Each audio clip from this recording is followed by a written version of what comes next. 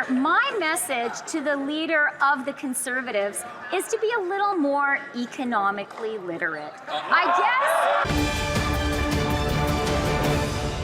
After doubling housing costs and inflating food prices 37% faster in Canada than in the United States, with inflationary carbon taxes and deficit spending, the Prime Minister now has a tiny 2-month tax trick that will save you 10 cents on a pack of chips, save you a few pennies on a Christmas tree, but only after your Christmas tree is already up and decorated. You'll even save on Halloween costumes 2 months after Halloween.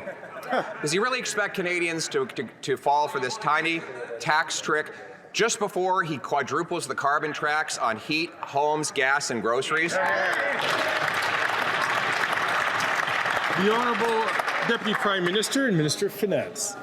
Mr. Speaker, I'm really glad the Leader of the Opposition started by comparing our economic position with the U.S. Because the fact is, in Canada, inflation is lower.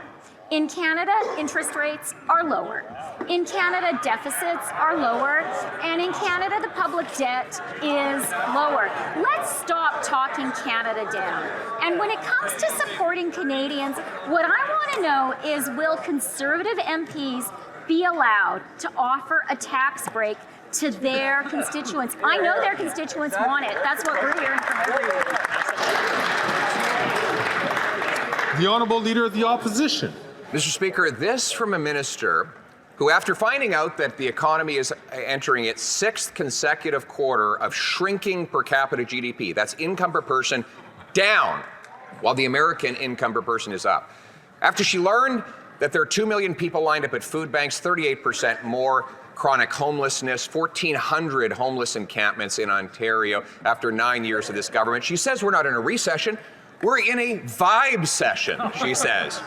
So what's her message to people who are hungry and homeless after 9 years of her government? They just need to get with the vibe? Exactly.